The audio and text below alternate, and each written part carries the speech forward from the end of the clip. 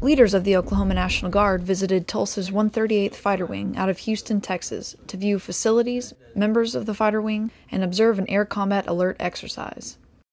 Essentially, we launched 2 aircraft on a track of interest, which was actually another F-16. So you got to watch the launch procedures associated with that and see those 2 aircraft go from basically complete standstill all the way to running and takeoff in a very brief amount of time.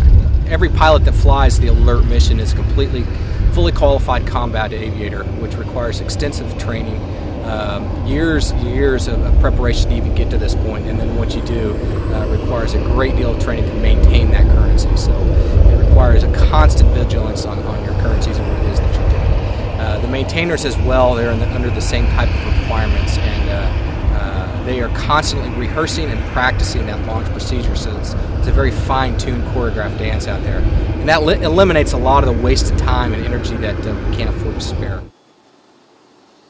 This exercise allows an opportunity for members of the fighter wing to practice each critical piece for this type of mission.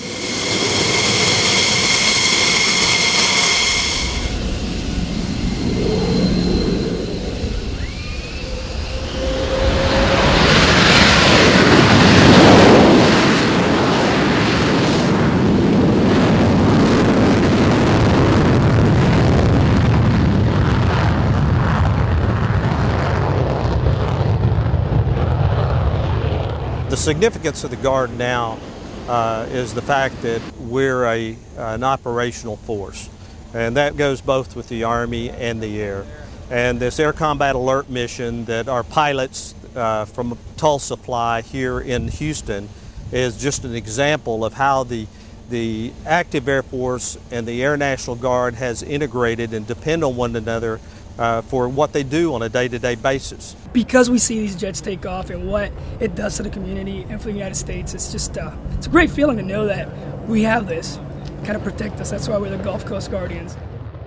From the Oklahoma National Guard, I'm Army 2nd Lieutenant Leanna Litch.